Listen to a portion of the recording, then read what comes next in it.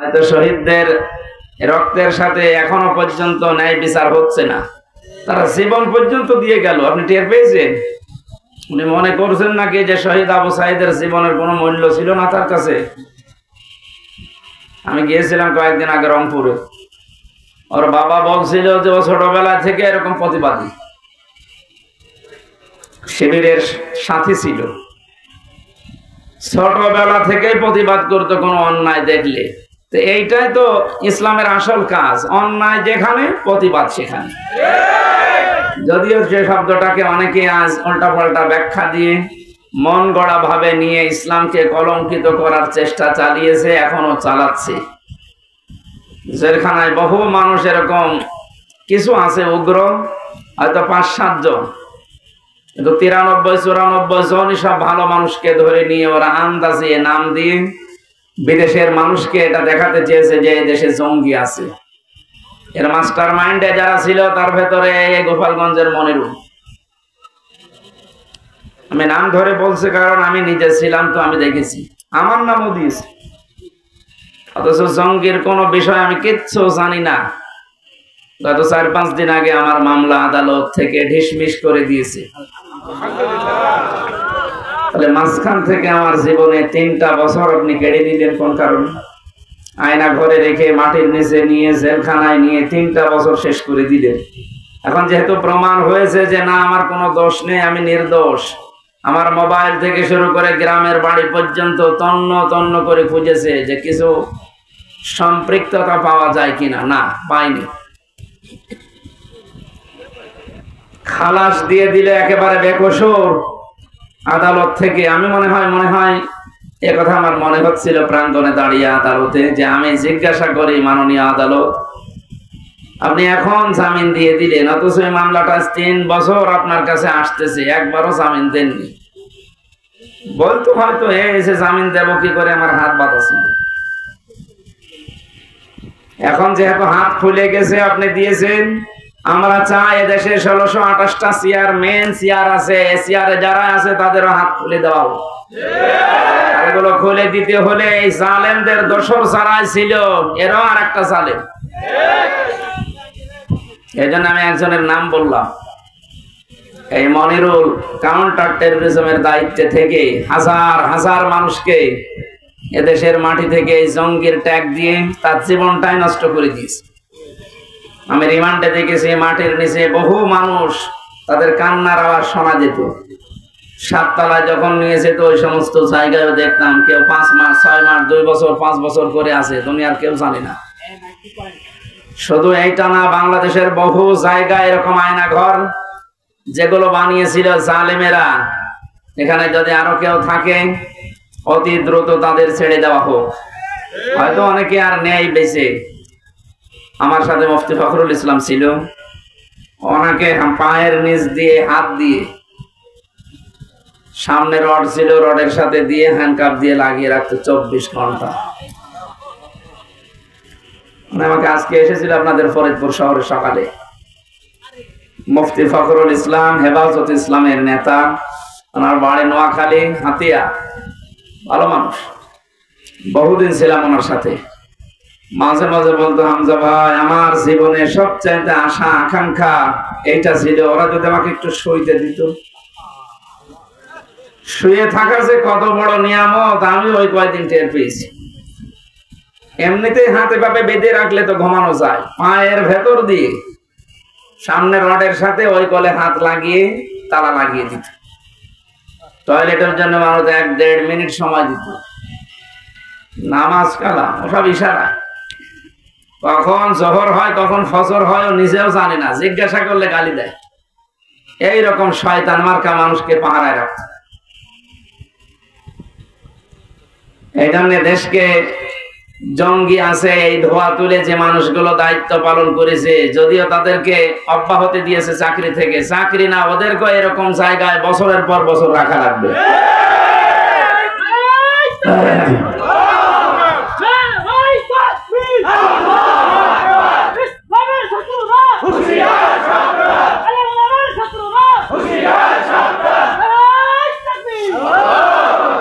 দেখ কেমন লাগে।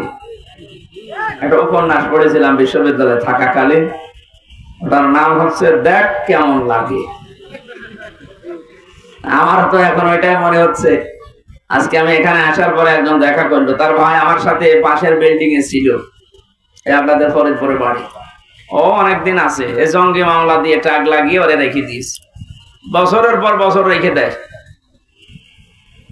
বাংলাদেশের আলেমদের উজ্জ্বল নক্ষত্র হিসাবে যিনি পরিগণিত বলা যায়, মুফতি জসিমউদ্দিন রহমানী হাফিজাহুল্লাহ, এই লোকটাকে বিনা কারণে এই 11-12 বছর জেলে রেখে দিয়েছে। যে সমস্ত ট্যাগ দিয়ে তারা রেখেছিল, উনি কি ওই রকম ধরনের মানুষ? একজন প্রখ্যাত আলেম, তার জ্ঞানের গভীরতা কি হাদিসের ওপরে। আমি বহু সময় কাটিয়েছি লোকটার সাথে। তার জ্ঞানের গভীরতা এবং মুআমালাত মুআশারাত ব্যবহার, যেটা আমি যে সমস্ত মানুষের সাথে মিশে সবচাইতে বেশি আদর পেয়েছি, তার ভেতরে অন্যতম আল্লামা মামুনুল হক হাফিজাহুল্লাহ। ওনার কাছে আমি ঋণী, বহু কষ্ট করেছে আমার জন্য। নিজে খেতে পারতো না, কিন্তু রান্না করে করে, এই যে গরম করে করে আমারে খাওয়াতো, ছোট ভাইয়ের মতো দেখতো। আমি আরো বেশি ভালোবাসা পেয়েছিলাম বাংলাদেশ জামাতে ইসলামের শ্রদ্ধাভাজন আমির ডাক্তার শফিকুর রহমান। লোকটার সাথেও কিছুদিন ছিলাম। মানুষ মনে হয়নি আমার কাছে, মনে হয়েছে একটা জিন্দা ফেরেশতা। মানুষ যে এত নরম হতে পারে, আর ব্যবহার যে এত মোলায়েম হতে পারে, আমি কাছে না থাকলে বুঝতাম না। তার যে ইবাদতের মাকাম, তার যে ইবাদতের উচ্চতা, গভীরতা, তার আল্লাহর প্রতি যে ভরসা, আল্লাহর প্রতি তার যে তাওয়াক্কুল, এটা কাছে থাকলে আপনি টের পেতেন।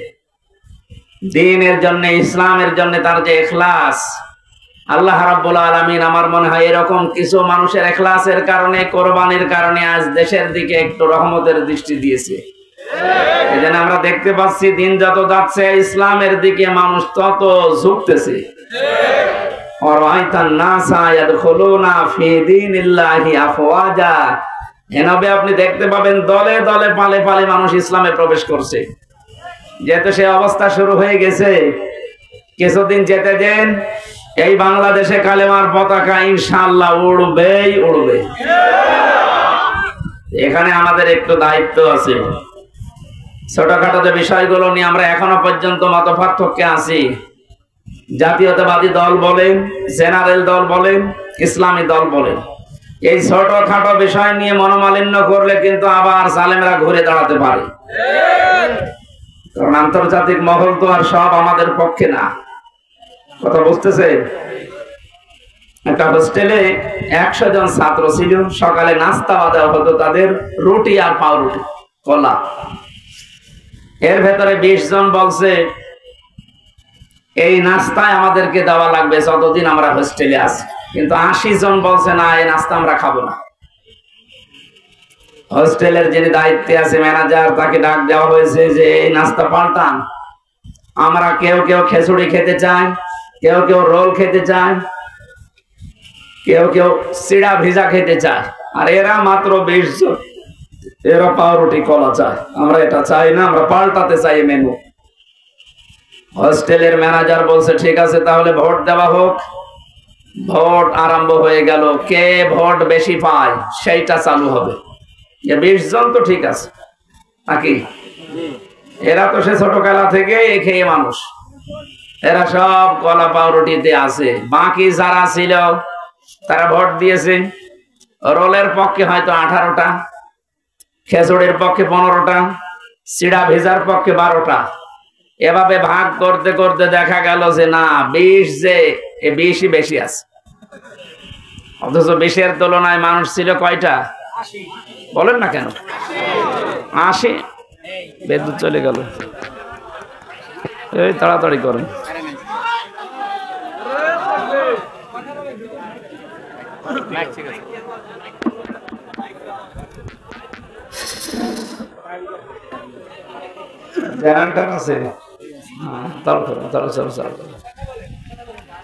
সুবহানাল্লাহ, আলহামদুলিল্লাহ, লা ইলাহা ইল্লাল্লাহ, সুবহানাল্লাহ,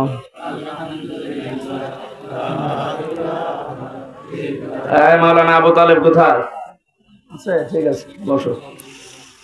সুবহানাল্লাহ আলহামদুলিল্লাহ। এই ছেলে, কি সমস্যা কি? বসেন বসেন বসেন, খুব জরুরি না হলে উঠবেন না। রংপুরের লাইনের মানুষগুলোকে আমরা একটা নামে ডাকি, কি কারণও আছে, সহজ সরল একটু বেশি, ওদের প্রশংসা করা যায়, কারণ সহজ সরল মানুষগুলো আর গরিব মানুষগুলো এ দরবেশ বাবার চাইতে 500 বছর আগে জান্নাতে যাবে। কথা বুঝতেছে? দরবেশের বাড়ি ঢাকা আর ওদের বাড়ি রংপুরে। নাম শুনলে আমরা মফিজ বলি, এই মফিজদেরই একজন আবু সাইদ জীবন দিয়ে আমাদের কাছে মুক্ত জীবনে ফিরিয়ে দিয়েছে। ঢাকার মানুষ দেয়নি তা না, মুগ্ধ ভাই ঢাকার মানুষ। সম্মানিত ভাইরা, আমি যেটা বলতে চাচ্ছিলাম, ওই জায়গায় একবার মাহফিলে দেখেছিলাম এক লোক হাত তুলেছে, মুরব্বী মানুষ। কি হয়েছে? আমি 1 নাম্বারে যাব। ঠিক আছে যান। আর একজন বলছে আমি 2 নাম্বারে, আর একজন 3 হাত তুলেছে। কি গো? বলছে যে আমি বিড়ি খাবো।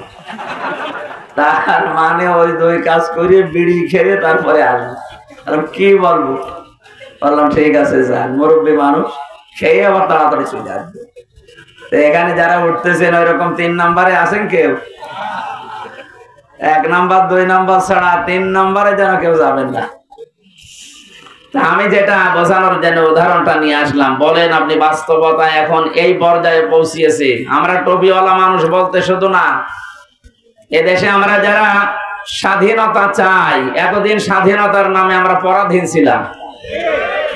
সত্যিই যদি আমরা স্বাধীন হতে চাই, আল্লাহর বিধান ছাড়া স্বাধীন হওয়া সম্ভব না।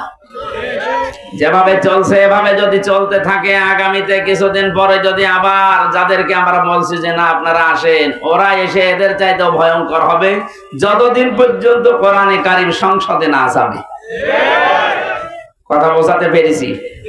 সুতরাং আমাদের টুপিওয়ালা মানুষ বলেন, ইসলামে সাই দেয় মানুষ বলেন, সে জাতীয়তাবাদী যাই বলেন, দেশকে যারা ভালোবাসে এইরকম মানুষের সংখ্যা 80টা,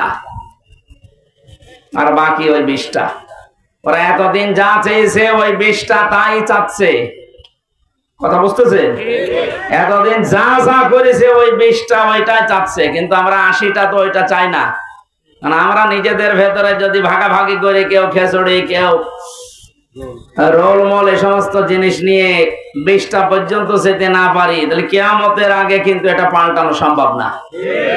এই রুটি পাউরুটি, রুটি আর কলা যদি আমরা পাল্টাতে চাই, 80 জনকে আমাদের ছোটখাটো বিভেদ ভুলে সব খিচুড়িতে ভোট দেওয়া লাগবে। হ্যাঁ, কথা বলছেন?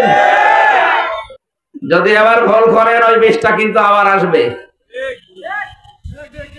আল্লাহ আমাদেরকে বোঝার তৌফিক, উদাহরণ থেকে এখন নেওয়ার তৌফিক দান করুন, বলেন আমিন। সম্মানিত ভাইরা, শাহাদাত এটা খুব গুরুত্বপূর্ণ একটা বিষয়। 5 তারিখের আগ পর্যন্ত, আগস্টের, আমি কুষ্টিয়া বাংলাদেশ জামাতে ইসলামের কুষ্টিয়া জেলা শাখার উদ্যোগে কিছুদিন আগে আলেমদের একটা সমাবেশ করেছিল, 550 আলেমকে নিয়ে, সব ঘরানার। আজকে ফরিদপুরে হয়েছে প্রায় 750 আলেম, সব ঘরানার আলেম এক জায়গায় এসেছিল। মুফতি ফখরুল ইসলাম কওমি মাদ্রাসার মুহতামিম, উনিও এসেছিলেন। জামাতে ইসলামের বাংলাদেশের হামিদুর রহমান আজাদ, কেন্দ্রীয় সেক্রেটারি সহকারী, উনিও এসেছিলেন। ভারপ্রাপ্ত সেক্রেটারি যিনি ছিলেন মাওলানা এটিএম মাসুম, উনিও এসেছিলেন। মাওলানা কামরুল ইসলাম সাইদ আনসারী, আপনাদের পাশের জেলা ফরিদপুর মাদারীপুরে বাড়ি। এই সমস্ত মানুষগুলোর কথা শুনছিলাম, আমি নিজেও 5-7 মিনিট কথা বলেছিলাম। একটু ভাবলাম ওই জায়গায় দাঁড়িয়ে দাঁড়িয়ে যে এই যে সুন্দর একটা দৃশ্য, এখানে 750-র উপরে আলেম, 3-4 ঘন্টা পর্যন্ত অনুষ্ঠান চলছে, অথচ আগস্টের 5 তারিখের আগে এই অনুষ্ঠান 500 না, 750 না, 7.5 জন যদি এক জায়গায় হতো আলেম, 10টা মামলা হইত। এটা বানিয়ে বললাম না, এইটাই ঠিক। কোন জায়গা থেকে কোথায় এসেছি আমরা, আপনি টের পাচ্ছেন? জালেমরা মনে করেছিল আরামে আছি, শান্তিতে আছি, আল্লাহ মনে হয় আমাদেরকে ভালোবেসেই রেখেছে। আমার যখন 11 সালে গ্রেফতার করেছিল ওসির বাড়ি গোপালগঞ্জে, আমার প্রথমে থানায় নিয়ে মসজিদ থেকে জমান নামাজ পড়ে কেবল বের হয়েছি সিঁড়িতে, আমার এসে গ্রেফতার করে নিয়ে চলে যায়। কি অপরাধ আমার? বলছে থানায় চলো। কি বলবেন তুই? আপনি সুদের বিরুদ্ধে কথা বলেন কেন? কথা কি আমি বলি না আল্লাহ বলে? সুদের বিরুদ্ধে বক্তব্য কার? আমি তো শুধু অ্যাডভার্টাইজ করেছি, আর ওই দায়িত্বই তো আমার। আমি অ্যাডভার্টাইজ না করলে আমার খবর হবে না। বিভিন্ন রকমের দশ চাপিয়ে দিল যে শিবির করে, শিবিরের রক কাটি বেড়ায় আন্দাজে। এই যে আমার বন্ধু পেছনে বসে আছে মাওলানা আবু তালেব, আমার অনার্স মাস্টার্স ওনার সাথে একসাথে ছিল বিশ্ববিদ্যালয়ে আল কোরআনে। জিজ্ঞাসা করেন তো আমি জীবনে কোনোদিন অ্যাক্টিভ হয়ে মিছিল মিটিং এ গেছি? আন্দাজে একটা এক লাগিয়ে দিলেন আপনি। আমারে বলে শিবিরের কেন্দ্রীয় লিডার। আরে শয়তান, শিবিরের কেন্দ্রীয় লিডার বুঝিস? এই জেনারেল দলের মতো নাকি একবার লাফ দিয়ে হঠাৎ করে ঘুম থেকে ভেঙে দেখছে সভাপতি। এর কত কাঠখড়ি পোড়ানো লাগে, সমর্থক হওয়া লাগে, কর্মী হওয়া লাগে, সাথী হওয়া লাগে, সদস্য হওয়া লাগে, এরপরও পদ চাইলে পাবেন না। এইরকম দৃশ্যগুলো পার করে কেন্দ্রীয় লিডার তো দূরের কথা, ভাবাও যায় না। সমস্যা কি আপনার? আরো পেছন যে যেখানে আছে কথা বলবেন, দেখতে পারে পারুক না পারে না পারুক। এটা একগুলো লাগিয়ে যখন থানাতে নিয়ে গেল, ওই দিন খুব অসহায় মনে হচ্ছিল নিজেকে। পুলিশের গাড়িতে ওই প্রথম ওঠা আমার, হাতের ভেতরে হ্যান্ডকাপ দিয়ে। এমনিতে আপনি নিয়ে যেতে পারতেন, আপনি তো দেখলেন যে মসজিদ থেকে আমি জমাত খুতবা দিয়ে বের হচ্ছি, আমি পালিয়ে যেতাম। দুই হাতের ভেতরে হ্যান্ডকাপ লাগিয়ে মনে হচ্ছে কি বড় জিনিস ধরেছে, অথচ কিছুই না। থানায় নিয়ে আমার বলছে হুজুর কুলিল্লাহুম্মা মালিকাল মুলকি তুতিল মুলকা মান তাশা। এই আয়াতের মানে কি? আল্লাহ যাকে চায় ক্ষমতা দেন, যাকে চায় নামিয়ে দেন। আমার বলছে তাহলে প্রধানমন্ত্রী শেখ হাসিনাকে আল্লাহ দিয়েছে, এই তো জায়গা মতো হাত দিয়েছে। যাতে মাতাল হলো তাহলে ঠিক আছে, বাড়ি ওই জায়গায় তো। আমার একটা আয়াত ওই সময় মনে পড়ে গেল, সূরা আলে ইমরানের 178 নম্বর আয়াতটা।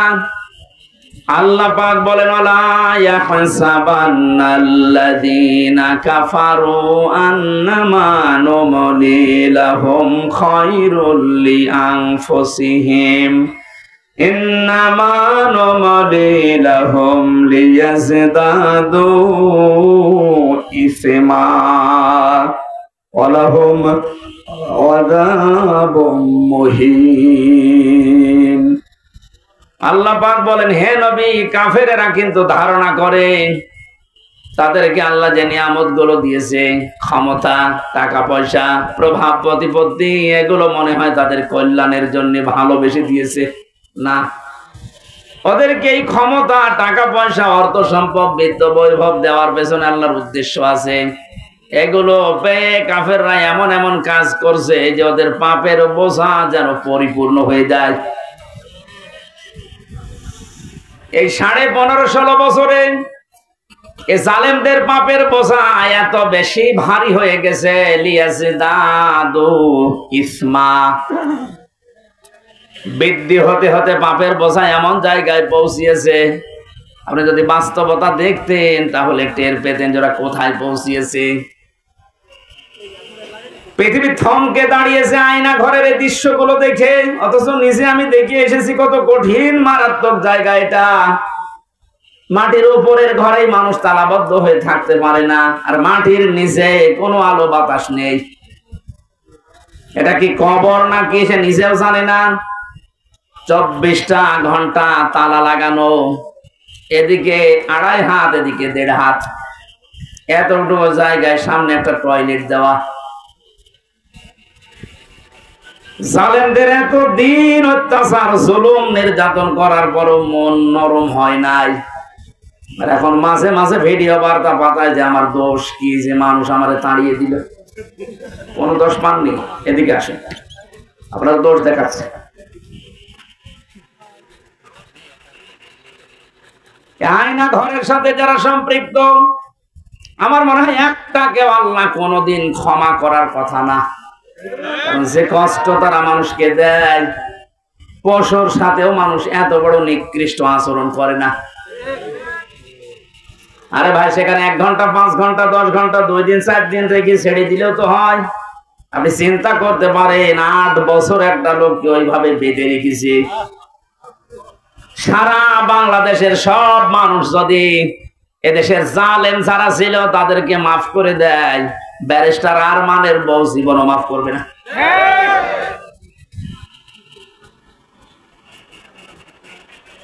আর আপনি এখনো পর্যন্ত জালেমের সাফাই গান, এখনো পর্যন্ত জালেমের পক্ষে স্ট্যাটাস দেন, তাদের পক্ষে কথা বলেন, আপনার বিবেকের উপরে কুকুরে পোশাক করেছে।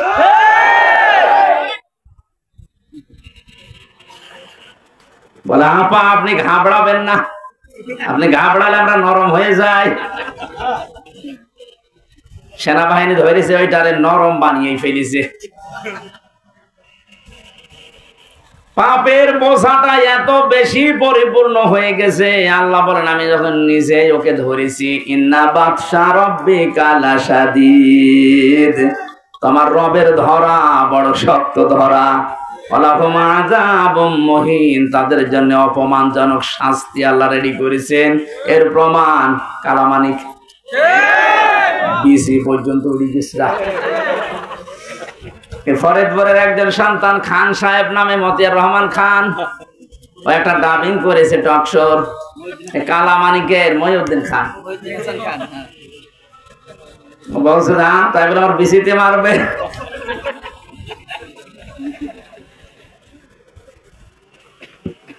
আর কত অপমান করবে আল্লাহ আপনারে। আমি তো বাস্তবে আয়াতটা দেখতে পাচ্ছি, আযাবুম মুহিন, অপমানজনক শাস্তি আল্লাহ তাদেরকে যে দেবে, আল্লাহ কিন্তু আরম্ভ করে দিয়েছে। এখানে ছোটখাটো জালেম যারা আছে, আজকে অনেক ছোটখাটো জালেমরা বলছে আমরা আর এই জুলুমের দলে নেই, আমরা পরিবর্তন হয়ে ফিরে আসলাম। এখনো সময় আছে, আসেন তাড়াতাড়ি, নাতে মরণের ঘন্টা বেজে গেলে কিন্তু আর তওবা কবুল হবে না। কারণ জালেমদেরকে আল্লাহ এত বেশি ঘৃণা করেন। আল্লাহু লা ইয়াহদিল কওমাজ জালিমিন, আল্লাহ বলেন জালেমদের আমি হেদায়েত দিচ্ছি না, দেব না। ইয়াহদি এটা মজারে বর্তমান ভবিষ্যৎ, প্রেজেন্ট ফিউচার। জালেম ছাড়া পৃথিবীতে জালেমের কোনো হেদায়েত নসিব হবে না, এখন হচ্ছে না, কিয়ামত পর্যন্ত আল্লাহ জালেমদের হেদায়েত দেবে না। এদের প্রতি আল্লাহর এত বেশি রাগ হয়ে যায়, ফেরাউনও কিন্তু শেষ। ও বলেছিল আন্নাহু লা ইলাহা ইল্লাল্লাহ বলতে পারে না।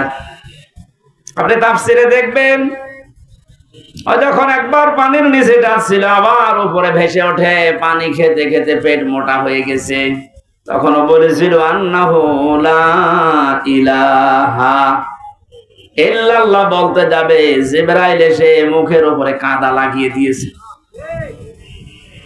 যত মানুষকে জুলুম, অত্যাচার, নির্যাতন, স্বৈরাচারী কায়দায় কষ্ট দিয়েছো, তোমার এই কষ্টের সাথে হাজার হাজার মানুষের চোখের পানি লেগে আছে। তোর এখন আর তওবা কবুল হবে না, তোর মুখ দিয়ে আল্লাহর ওই কালেমা এখন আর বের হবে না, তোকে আমি রেখে দিলাম, যা। আল-আনা ওয়াকাদ আসাইতা ক্বাবলু ওয়া কুনতা মিনাল মুফসিদিন, এখন স্বীকার করছো যে আমি ভালো হয়ে গেলাম, এখন বলছো আমি তওবা করছি না, আজকে আর হবে না, এর পূর্বে তুই স্বৈরাচারী ছিলি। এজন্য স্বৈরাচার যারা, ফ্যাসাদ যারা সৃষ্টি করে, জমিন যারা বিশৃঙ্খলা তৈরি করার চেষ্টা চালায়, আল্লাহ পাকের হেদায়েত থেকে তারা চিরবঞ্চিত হয়ে যায়। ফেরাউনের জীবনী পড়ার পরে আমি লেডি ফেরাউনকেও মিলিয়েছি, সবগুলো খাপের খাপ মিলে যায়। ফেরাউন ক্ষমতা নেওয়ার পরে 4টা কাজ করেছিল ওর বন্ধু হামানের কথা মতো। এই পৃথিবীতে বহু ফেরাউন যারা আছে, সে পুরুষ হোক আর লেডি হোক, এই মানুষগুলো দেখলাম এই 4টা কাজ হাতে নিয়েছে। হাজার হাজার বছর আগে ফেরাউন ওই সময় প্রথমে ক্ষমতা পেয়ে এই কাজ চালু করেছিল যে আসমানি কিতাবের শিক্ষা রাখা যাবে না। আমি যেটা দাবি করতে চাই, এই দাবি যদি আমি পূরণ করতে সক্ষম হতে চাই তাহলে আসমানি কিতাবের আলোচনা চলবে না। কারণ দাবি করার চেষ্টা চালিয়েছিল আনা রব্বুকুমুল আ'লা, আমি সব চাইতে বড় রব, আমার উপর আর কিছু চলবে না। ওটা নয় আরবিতে বলেছিল, এটা মাতৃভাষায় বাংলাতে অনেকেই বলছে আমার উপরে আর কেউ নেই, বেশি ঝামেলা করবা সব বন্ধ করে দেব, এরকম কথা বলতো না? কথা বলেন না কেন? এই কথাটা আপনি আরবি করেন তো ফেরাউনের কথার সাথে পুরো মিলে যায়। প্রথমে হাত দিয়েছিল শিক্ষা ব্যবস্থায়, আসমানি কিতাবের শিক্ষা থাকবে না। এই 15.5 বছরের ভেতরে এমন জায়গায় আমরা দেখলাম আসমানি কিতাবের শিক্ষা প্রায় পুরাপুরি মিটিয়ে ফেলেছে। গত পরশুদিন দেখলাম মাদ্রাসা ইসলাম শিক্ষা পড়াচ্ছে এক হিন্দু। চিন্তা করতে পারে কোথায় পৌঁছিয়েছে? মাদ্রাসা ইসলাম শিক্ষা যদি একটা হিন্দু পড়ায়, বাকিগুলোর অবস্থা কি? দেশটা কোথায় পৌঁছিয়েছে যে জাতীয় মসজিদের ইমাম পর্যন্ত পালিয়েছে।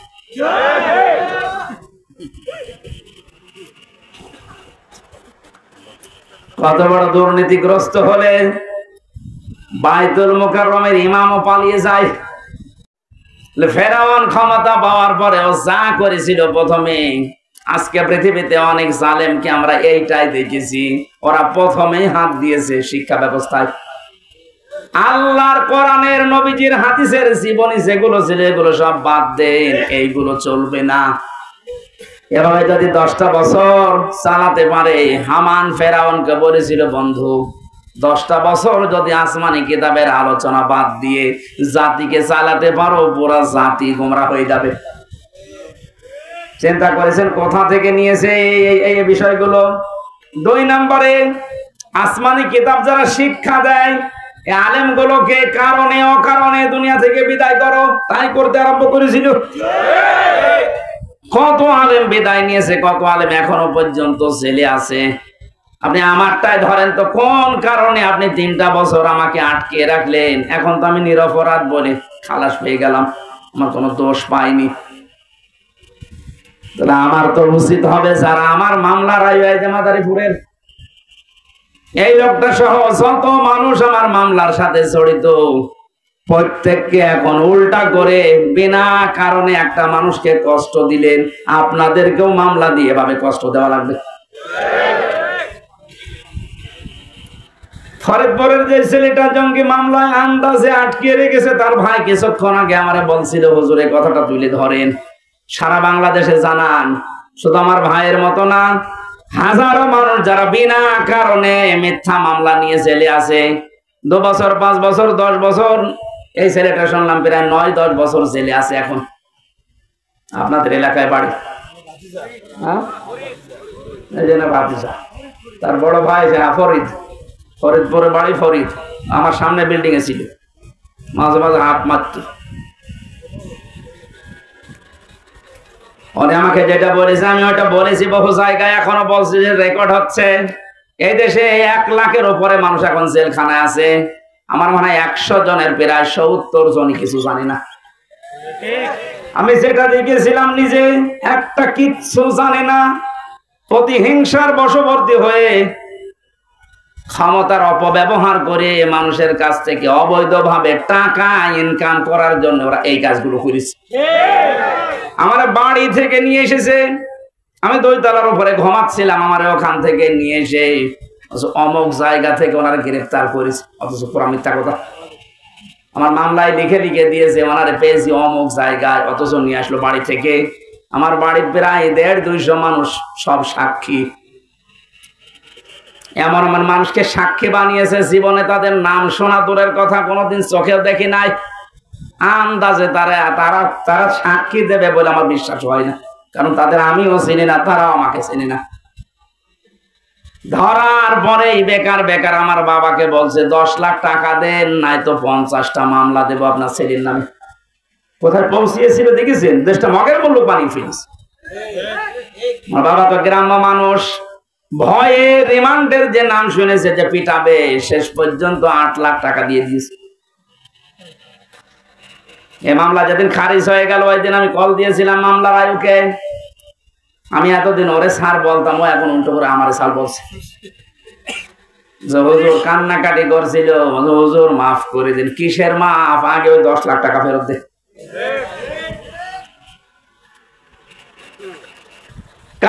কারণে হাজারো মানুষকে আপনি এভাবে জেলখানায় রেখেছেন, যাদের মামলা প্রমাণ হয়ে যাচ্ছে, যারা নির্দোষ খালাস পেয়ে যাচ্ছে। আমার মনে হয় উচিত হবে সরকারের এই মুহূর্তে আইন পাশ করা, যারা এই মামলার আয়ু থেকে জড়িত উপর পর্যন্ত প্রত্যেকে এভাবে 8-10 বছর করে জেলে রেখে দেন। দেখেন কেমন লাগে। একটা মানুষ যদি পরিবারের যে মেন, সে যদি জেলে থাকে, তার পরিবারটা সে শুধু নষ্ট হয় না, তার পরিবারও শেষ। আমার 2টা মেয়ে, আমার স্ত্রী, আমার মা বাবা, আর তো কেউ নেই। আমার বাবা বৃদ্ধ। আমি নিজে শুধু ইনকাম করার মতো আমার একটা ব্যবসা ছিল কাপড়ের, সেটাও ধ্বংস হয়ে গেছে। আপনি সব কিছু নষ্ট করে দিলেন। 3টা বছর কি কষ্ট দিয়েছেন বাড়ির মানুষকে।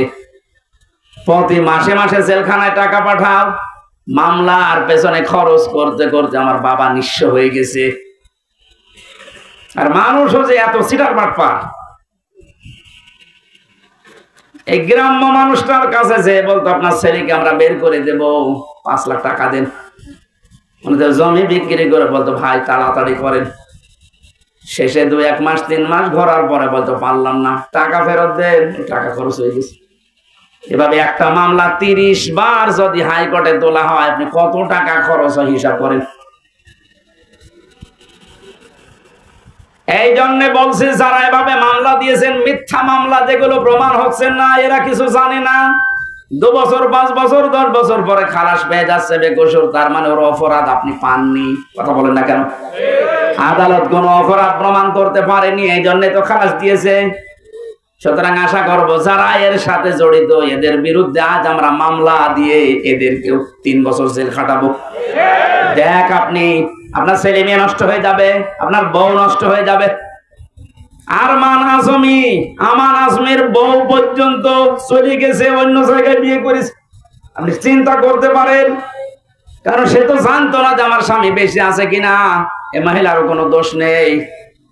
কিন্তু ব্যারিস্টার আরমানের স্ত্রীটা 8 বছর পর্যন্ত টিকে ছিল, সেও তো জানতো না আমার স্বামী বেশি আছে না মারা গেছে।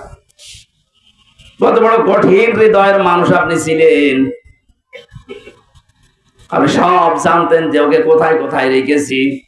কত কান্নাকাটি করেছে ইলিয়াস আলীর স্ত্রী, তার সন্তান এসে। এত বড় অভিনয় করলেন কি করে? ইলিয়াসের মেয়েটার মাথায় হাত দিয়ে বলছে, তোমার বাবা কোথায় আছে আমি খোঁজ করে দেখবো। অথচ তখন মারা হয়ে গেছে তারে। এইরকম অভিনয় করে আপনি পার পেয়ে গেলেন দুনিয়ার মানুষের সামনে। আমি এই জন্য বলছিলাম, বাংলার 18 কোটি মানুষ আপনাকে মাফ করে দিলেও ব্যারিস্টার আরমানের ইলিয়াস আলীর বউ আপনাকে মাফ করবে না। আমার 3 বছরে আমার বউ আপনাকে মাফ করবে না। আমার ওই ছোট মেয়েটা 1 বছর রেখে গিয়েছিলাম ছেলে, এখন ওর 4 বছর। ও তো আপনারে মাফ করবে না, কারণ ও আমার চেনে না। ও মনে করে এরকম বহু হুজুর বাড়ি আসে, এটাও এরকম হুজুর। আমি যেদিন জেলখানা থেকে বাড়িতে ঢুকলাম, ওরে কোলে নিয়েছি, আমার বলছে হুজুর আমাদের বাড়িতে চলেন। কারণ 3 বছর আমাকে যোগাযোগ বিচ্ছিন্ন রেখেছিল। আমি জানতামই না যে বাইরে আমার কেউ আছে কিনা। এত কঠিন অবস্থা, ও চিনবে কি করে? ওই যে আদালতে প্রিজন ভ্যান ধরে ঝুলেছিল, এটা মনে হয় ভাইরাল হয়েছিল একবার। এই দৃশ্যগুলো দেখে NSI যিনি প্রধান ছিলেন ওই সময়, গোয়েন্দা বিভাগের যারা দায়িত্বে ছিল, SB স্পেশাল ব্রাঞ্চের, তারা পর্যন্ত, ডিআইজি নাফিউল স্যার পর্যন্ত কান্না করেছে যে না, এটা মেনে নেওয়া যায় না। এতটুকু একটা বাচ্চা, 3.5 বছর বয়স, ও প্রিজন ভ্যান ধরে ঝুলে আছে বাবাকে এক নজর দেখার জন্য। এরপরও আপনার মন গলে নাই। আপনি যদি জানতেন যে অপরাধী, তাহলে তো শাস্তি দিতে পারতেন। আপনি নিজেও জানেন, এমনকি অফিসাররা আমারে বলতো, হুজুর আপনি কিচ্ছু করেননি, আমরা জানি। কত বড় শয়তান দেখেছেন? নিজেরা বলতো যে আপনি কিছু জানেন না, আমরা জানি, তারপরে ওরা এই অবস্থাগুলো করেছে। এমনি জেলে দিলে তো হতো, জেলে গেলে সারাদিন ঘোরাফেরা করা যায়, বিশাল এরিয়া, এরকম গ্রামের মতো ৩-৪ গ্রাম মিলে একটা জেলখানা, কাশিমপুর কারাগার এরকম ৩-৪ গ্রাম মিলে ১, ২, ৩, ৪, এখানে সারাদিন যদি ঘোরাফেরা করেন মনে হবে বাড়ির মতোই আছি। বিকাল ৫টার সময় তালা লাগিয়ে দেয়, সকাল ৭টায় আবার খুলে দেয়। বিভিন্ন মানুষের সাথে দেখা হয়, জেল খাটা ঝামেলা না, খাবারের সমস্যা আছে। কিন্তু আমাদের আর মাওলানা মামুনুল হককে যা করেছে, ২৪ ঘন্টা ফাঁসির কন্ডেম সেলের ভেতরে তালাবদ্ধ, মনে হচ্ছে কি করেছি আমরা, অথচ কিছুই জানি না।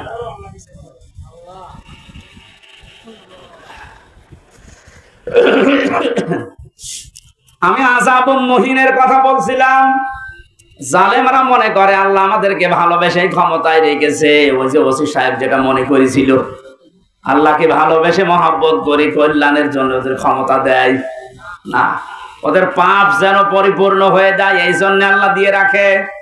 আমার মনে হয় খাপের খাপ এই আয়াতটা ওদের সাথে মিলেও গিয়েছে। যখনই পরিপূর্ণ হয়ে গেছে, এত বড় বড় দল বাংলাদেশে 17 বছর বহু চেষ্টা করেছে, চুল পরিমাণ নড়াতে পারে নাই, অথচ মাত্র কিছু ছাত্র, আমার মনে হয় আল্লাহ এদেরকে আবাবিল পাখির মতো ব্যবহার করেছে, কারণ পাপ পরিপূর্ণ হয়ে গেছে। এখন আবাবিল পাখির মতো ব্যবহার করে জালেমদেরকে এমন ভাবে অপমান করেছে।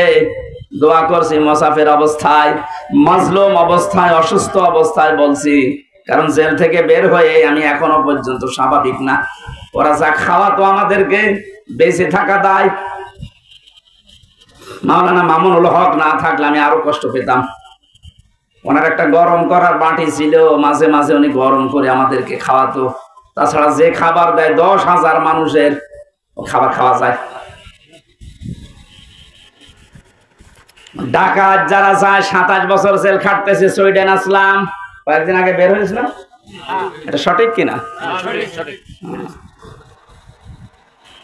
এরপরে ডেন্সার রাসও ছিল গোপালগঞ্জের, ভয়ঙ্কর তাজ ছিল টাঙ্গাইলের, নাসির বের হয়েছে।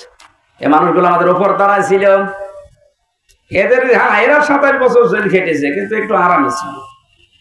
ওদের ভিআইপি তো, ওরা ভেতরে থাকার পরও বাইরে ওদের রাজত্ব চলতো, এই কারণে কোনো অভাব ছিল না। এক মাসে ওদের 8-10 লাখ 20 লাখ টাকা খরচ, আর আমাদের 20 লাখ 10,000 টাকা বাড়ি থেকে পাঠাতে আমার আব্বা।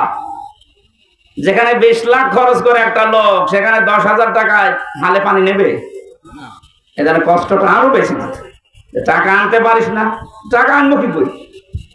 আর কি ওর মতো বাম হাত ডান হাতের ইনকাম আছে? এই কষ্টগুলো দেওয়ার কারণে শেষ পর্যন্ত, তারপরও বলছি, ওনারা যদি ফাঁসির কন্ডেম ছেলে না রেখে আমার শুধু জেলে রাখতো, আমার মনের ভেতরে এত দুঃখ কাজ করতো না। এমন করেছে আমার সহ্যের বাইরে চলে গেছে। আমার মা, বাবা, স্ত্রী আর সন্তান, এদের ছাড়া কাউকে দেখা করতে দেবে না। তাও এরা যদি 3 মাস পরে একবার যেত, 9টা না 10টা গোয়েন্দা বিভাগ থেকে রিপোর্ট লাগবে যে হ্যাঁ এটা মা বাবা। কেন আমি বলে দিচ্ছি যে ছবি দেখে এটা আমার মা বাবা হবে না, 9-10টা গোয়েন্দা বিভাগ খবর নেবে। তার মানে ও খবর নিতে 8-10 ঘন্টা শেষ। কুষ্টিয়া থেকে কাশিমপুর কারাগার গাজীপুরে যাওয়া আসা করতে 7 দিন লাগে। আর আমাদেরকে আত্মীয় স্বজন ওখানে আছে। কি করলেন আপনি বলেন তো? আর এখন বলেন আমি কি করেছি, কি করেছি আপনি টের পান না। এখানে জুলুম যারা করেছেন তারা তো আমাদের মামলার আসামি শুধু না, আপনার আল্লাহর মামলার আসামি। ইন্নামাস সাবিলু আলাল্লাযিনা ইয়াজলিমুনা নাস, সূরা শুরার 42 নম্বর আয়াত। আল্লাহ বলেন আমি নিজে জালেমদের বিরুদ্ধে মামলা দেব। তাহলে জালেমরা মামলার আসামি কার? যারা আল্লাহর মামলার আসামি, আপনি তাদের সাপোর্ট করেন না তো শুধু স্বামী আনাম নিছে। আল্লাহ তুমি আমাদেরকে যে কষ্ট জালেমদের মাধ্যমে দিয়েছো, আমরাও এখন মুসাফির অবস্থায়, মাজলুম অবস্থায়, অসুস্থ অবস্থায় দোয়া করছি কিয়ামতের আগে যেন জালেম চেয়ারে আর কোনোদিন বসতে না পারে। দরকার হয় গরু ছাগল দিয়ে চলুক, তারপর কোনো জালেমকে আমরা আর দেখতে চাই না। কথা বলেন ঠিক কিনা? এক জালেম বিদায় নেওয়ার পরে আরো কোন মানুষ যদি এসে এখানে জুলুম করে তাদেরও দাঁত ভাঙা জবাব দেশের মানুষ দেবে ইনশাআল্লাহ। এই জন্য কোন জালেম যেন জুলুম করার সাহস না পায়, এটা বোঝার তৌফিক আল্লাহ এই দেশের মানুষকে যেন দান করেন, আমিন। দরুদ সালাম পাঠ করার মাধ্যমে আমাদের আজকের আলোচনার বিষয় শান্তির ঘর। কি বললাম? বাংলাদেশটাকে একটা ঘর মনে করেন, এটাকে শান্তি দিয়ে পরিপূর্ণ করার জন্য কি লাগবে? সূরা ইউনূসের এই 25 নম্বর আয়াতে আল্লাহ আমাদেরকে সেটা শুনিয়েছেন। আল্লাহর কথা শুনি আমরা ওইভাবে দেশটা সাজাবো, পুরা দেশটাকে আল্লাহ শান্তি দিয়ে পরিপূর্ণ করে দেবেন ইনশাআল্লাহ। কোরআনে কারীম থেকে পড়েন, আউযু বিল্লাহি মিনাশ শাইতানির রাজীম, বিসমিল্লাহির রহমানির রহিম,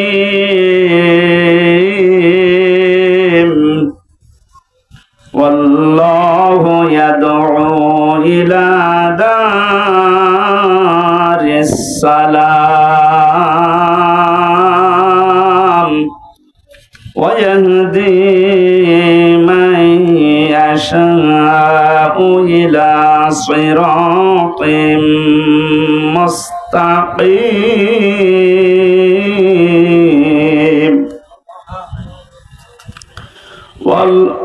লিল্লাযীনা আহসানুল হুসনা ওয়া জিয়াদা।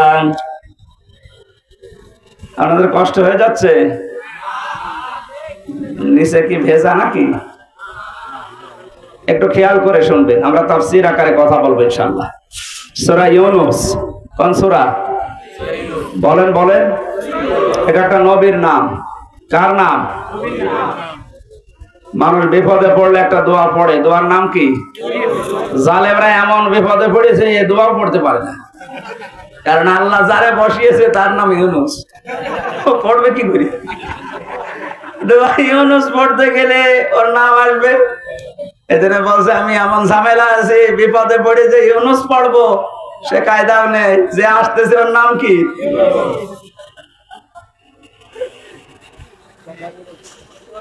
সূরা ইউনূসের একটা মাত্র আয়াত আর একটা আয়াতের খণ্ড বিশেষ আমরা পড়েছি।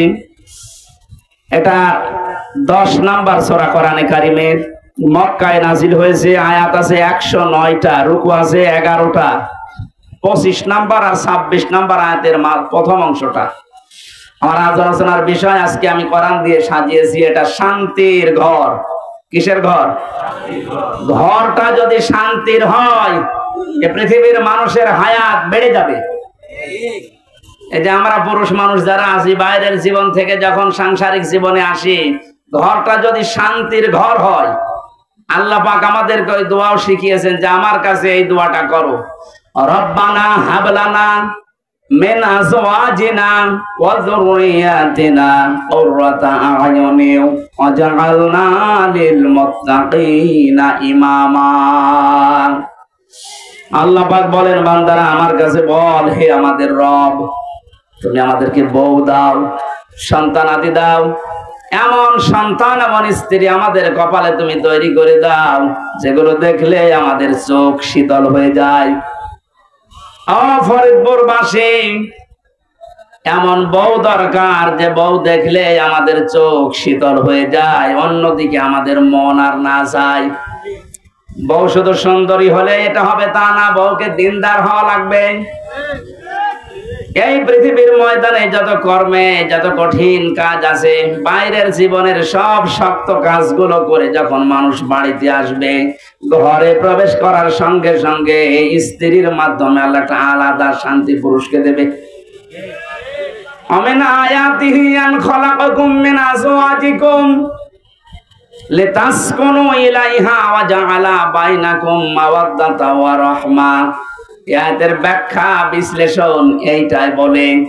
এইজন্য মানুষ কাবা শরীফ যখন তাওয়াফ করেন, প্রত্যেকটা চক্কর দেওয়ার সময় আমি দেখেছি রুকনে আমিনে থেকে শুরু করে হজরে আসওয়াদ এই জায়গাটা পার হওয়ার সময় লক্ষ লক্ষ মানুষেরা পড়তে থাকে রব্বানা আতিনা ফিদ দুনিয়া হাসানা।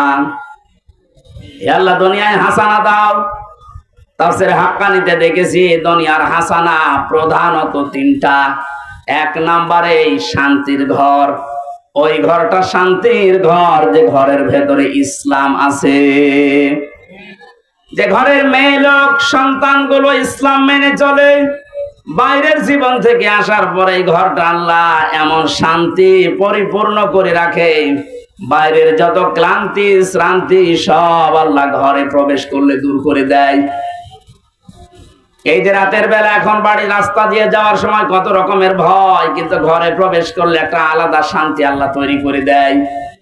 আল্লাহ রাব্বুল আলামিন বলেন আমার ইসলামের একটা ঘর আছে, এই ঘরটা পরিপূর্ণ করা শান্তি দিয়ে। এই ঘর যদি কেউ শান্তি দিয়ে পরিপূর্ণ করে নিতে চায়, কমপক্ষে 16টা বিষয় দুনিয়াতে তাকে মানা লাগবে। আল্লাহ এই ঘরের দিকে আমাদেরকে আহ্বান জানাচ্ছেন, আল্লাহু ইয়াদউ ইলা দারিস সালাম। আল্লাহ তোমাদেরকে ডাকতেছেন শান্তির ঘরের দিকে। আল্লাহ যে ঘরের দিকে ডাকে, ঘর কিসের ঘর বলেন তো? আরো জোরে বলেন। ঘর বানাতে হলে আমরা কয়েকটা জিনিস পাই, এদিকে তাকান। এক নম্বরে পৃথিবীতে যত ঘর আমরা দেখতে পাই, ঘরের 4টা খুঁটি লাগে। খুঁটি না হলে, পিলার না হলে ঘর তুলতে পারবেন? প্রথমে খুঁটি লাগবে। এই খুঁটি 4টা খুঁটি যদি আপনি ইসলামের যে ঘরে প্রবেশ করতে চান, এই ঘরের 4টা খুঁটি আল্লাহ সাজিয়েছেন নামাজ দিয়ে, রোজা দিয়ে, হজ দিয়ে, যাকাত দিয়ে। ঘরে শুধু খুঁটিগুলোই হলেই হয় না, কেউ যদি ঘরকে মজবুত করতে চায়, বিপদ আপদ থেকে শত্রুর হাত থেকে মুক্ত করতে চায়, অবশ্যই ঘরে বসবাস করার জন্য ছাদ দেওয়া লাগবে, নাই টিনের ছাউনি দেওয়া লাগবে। কথা বলেন ঠিক কিনা? আল্লাহ যে ঘরের কথা জানাচ্ছেন যে ইসলাম নামক ঘরে, ঘরে প্রবেশ করলে শান্তি পাওয়া যাবে। এই ঘরটা আমার আল্লাহ ছাদ হিসাবে যার নাম দিয়েছেন, এইটার নাম হচ্ছে কালিমা। আপনি এইটা না থাকলে ঘরে প্রবেশ করতে পারবেন ঠিকই, তো থাকতে পারবেন না আরামে। উপর থেকে বৃষ্টি আসবে, ভিজে যাবেন, এমনকি বহু ঝড় ঝাপটা আসতে পারে। আমরা এখন এমন একটা ঘর তৈরি করতে চাই বাংলাদেশকে, যে ঘরে এই ডাকাতি থাকবে না, ঝড় ঝাপটা আসবে না, চিন্তা থাকবে না, চিন্তায় রাহাজানি এরকম কোন ভয় আমাদের এই ঘরের ভেতরে আসবে না। ওরা 56,000 বর্গ মাইল আমরা একটা ঘর বানাতে চাই। কথা বলেন ঠিক কিনা? এটা বানাতে হলে আল্লাহ পাক যে নিয়ম নীতিগুলো দিয়েছে, এইগুলো আমাদের দেশে এখন কাজে লাগান। ডক্টর মোহাম্মদ ইউনূস করবেন কিনা জানি না। এই যে নামাজের জন্য আমরা অনেকে দাওয়াত দিয়ে বেড়াই, নামাজ দাওয়াত দেওয়ার বিষয় না, নামাজ রাষ্ট্রীয়ভাবে কায়েম করার বিষয়। কোরআনে কারীম জানিয়েছে, আল্লাযীনা ইম্মাক্কান্নাহুম ফিল আরদি আকামুস সালাত ওয়া আতাউয যাকাতা ওয়া আমারু বিল মা'রুফি ওয়া নাহাউ আনিল মুনকার ওয়ালিল্লাহি আকিবাতুল উমুর। আল্লাহ বলেন, আমি কোন মুমিনকে যদি রাষ্ট্র ক্ষমতায় বসাই, ক্ষমতা পাওয়ার পরে তার কাজ হবে নামাজের বিল সমাজে জারি করা। যদিও 1 মাস 2 দিন হয়ে গেল, এখনো পর্যন্ত আমরা এটা পাইনি। তাহলে এমন মানুষকে এখানে পাঠাতে হবে যে মানুষগুলো এসে আল্লাহর কোরআনের এই কথাটা পালন করবে। কথা বলেন না কেন? এটা যদি রাজনীতি মনে করে আপনি চলে যান, আপনার কপালে আগুন লাগবে।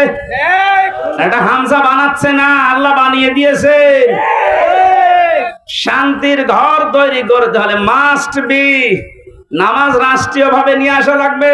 হয়তো আমি দাওয়াতি কাজ করে সলিমদ্দি ভাই কলিমদ্দি ভাই নামাজ পড়তে যাই, এভাবে দাওয়াতি কাজ করে কয়জন আসবে?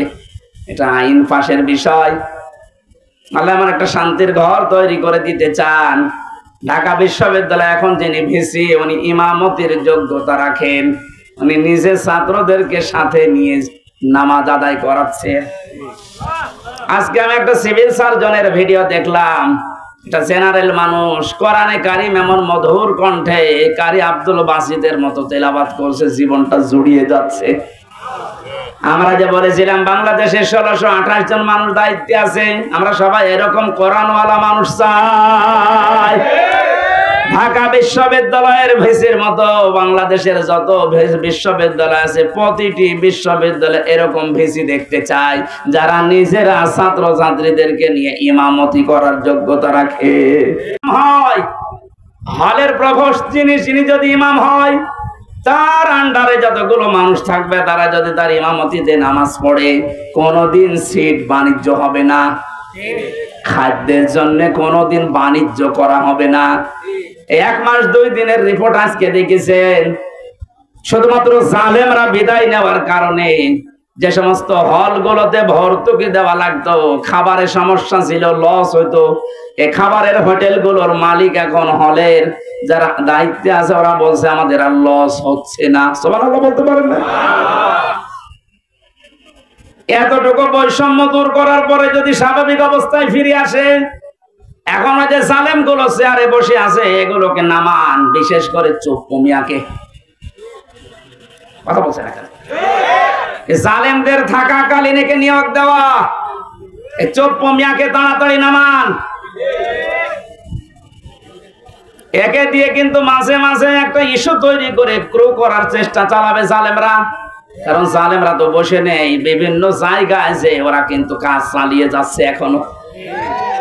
কয়েকদিন আগে আমি সিঙ্গাপুরে গিয়েছিলাম, এখান থেকে যে জালেমরা পালিয়েছে ওখানে আমি জুলুমের বিরুদ্ধে বক্তব্য দেওয়ার কারণে ওই দেশের পররাষ্ট্র মন্ত্রণালয় নালিশ দিয়েছে আমার নামে, বলেছে ওনার দেশে মামলা আছে, আর উনি এসে এই দেশে বক্তব্য দিল।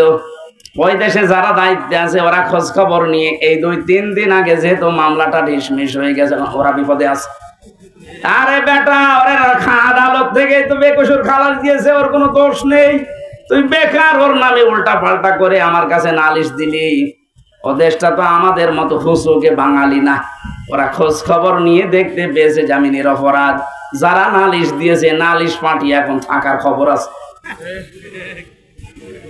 নিজের পায়ে নিচে কুড়াল মারছেন, বাইরে বসে বসে যে মানুষগুলো ষড়যন্ত্র করছে এদের জন্য একটা কাজ, এই ঝামেলাটা রয়ে গেছে, যেহেতু ওদের নিয়োগ দেওয়া, এটা যেন আহ্বান জানাবো খুব তাড়াতাড়ি এই 1628টা চেয়ার থেকে এদেরকে নামিয়ে এতদিন যারা বৈষম্যের শিকার হয়েছে তাদেরকে চেয়ার গুলোতে বসান।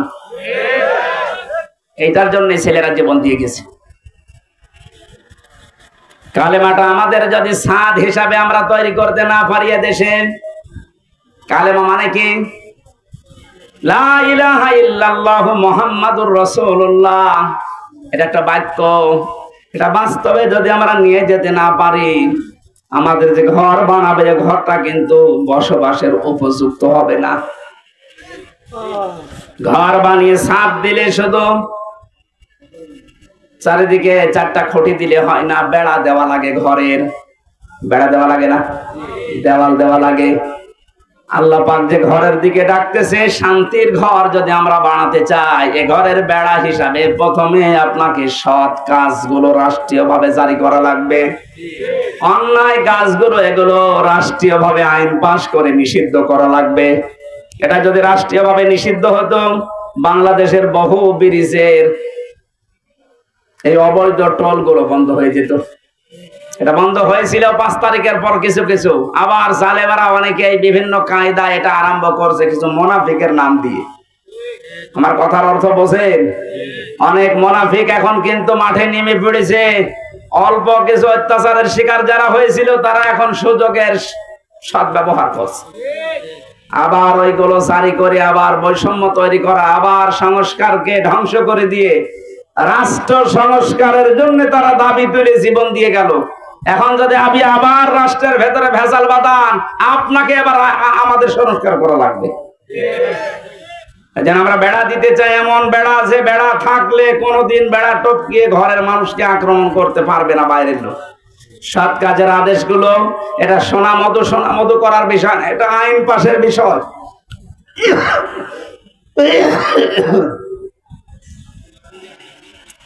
সামাজিক জীবন ঠিক করা লাগবে জ্বালানা হিসাবে। ঘরে জ্বালানা লাগে, ভেন্টিলেটর লাগে। পারিবারিক জীবন ঠিক করা লাগবে ঘরকে মজবুত করার জন্য। পারিবারিক জীবন ঠিক করার সেই সর্বপ্রথম যেখান থেকে বিয়ে করে মানুষ শুরু করে ওখান থেকে ইসলামকে নিয়ে যান। বাংলাদেশে বহু জায়গায় বিবাহের ক্ষেত্রে দেখা যায় হারাম কাজ দিয়ে বিয়ে আরম্ভ হচ্ছে। অনেক ছেলে তার বাবাকে সহ দেখতে যায় মেয়ে। কোথায় পেয়েছেন এটা? ওই মেয়েটাকে আপনি বিবাহ করবেন, আপনার জন্য দেখা যায় যাচ্ছে একবার, আপনার বাবার জন্য দেখা যায় যাচ্ছে বিয়ের আগে। এই কথা বলেন না কেন? বিয়ের আগে যে আপনি তাকে দিয়ে দেখাচ্ছেন, কিন্তু হারাম দিয়ে শুরু করছেন। অনেকে আবার দোলা ভাই নিয়ে যায়।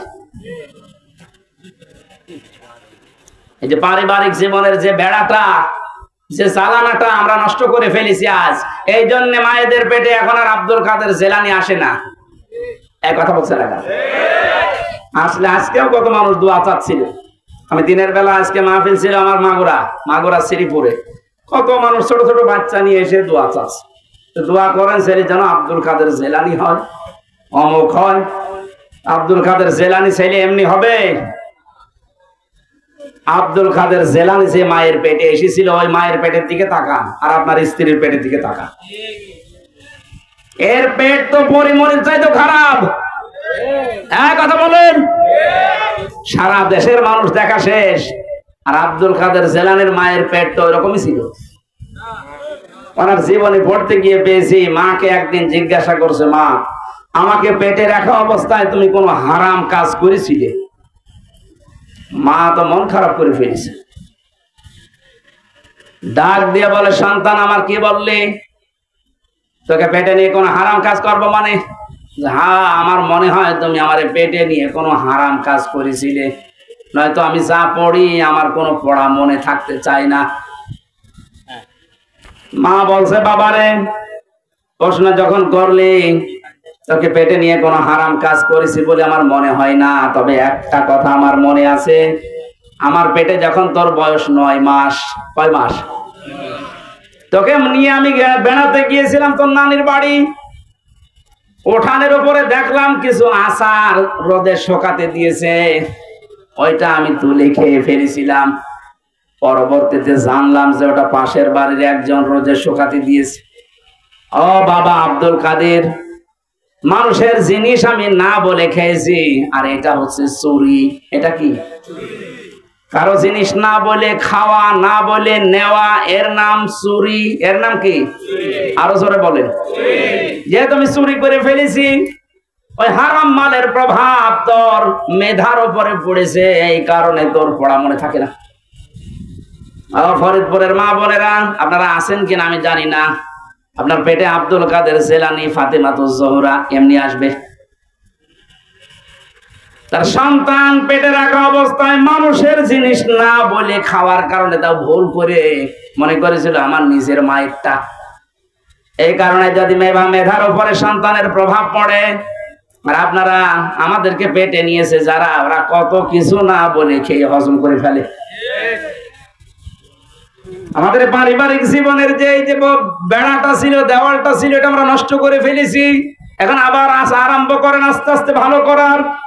একজন মহিলাকে 14 জন পুরুষ মানুষ দেখতে পারে, কিন্তু মুখমণ্ডল, হাতের কবজি আর পায়ের পাতা বাদ দিয়ে পুরা শরীর ঢেকে রাখা লাগবে। আর বাকি কারো সামনে তো মেয়েদের যাওয়া জায়েজ নেই। যে 14 জন পুরুষের সামনে আপনি যেতে পারবেন, তার ভেতরে আপনার বাবা, দুধ বাবা না, আপনার আপন বাবা হওয়া লাগবে, নাম ডাকা বাবা না। অনেকে ধর্ম বাবা পাতিয়েছে, তার সামনে কোনো পর্দা নেই, বাবা শাহজালাল সব হালাল। এটা জায়েজ আছে? কিসের ধর্ম বাপ? আপনি শুধু যেতে পারবেন আপনার আপন বাবার সামনে, আপনার নিজের ছেলের সামনে, বোনের ছেলের সামনে, মেয়ের জামাইয়ের সামনে। মেয়ের জামাই মানে কি? মেয়ের স্বামী যেটা, ওটা আপনার জামাই। তো এটা আবার এই এলাকা অনেকে বোঝে না। চট্টগ্রামে আবার ওই স্বামীকে বলে জামাই, আর এক ভেজাল।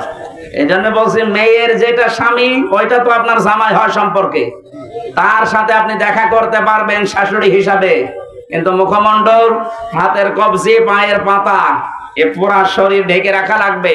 মাথার চুল নিজের মেয়ের স্বামী ওই জামাইকে দেখানো যায় না, কিন্তু অনেক শাশুড়ি চুলে শ্যাম্পু করে দেখায় যে বাবাজি।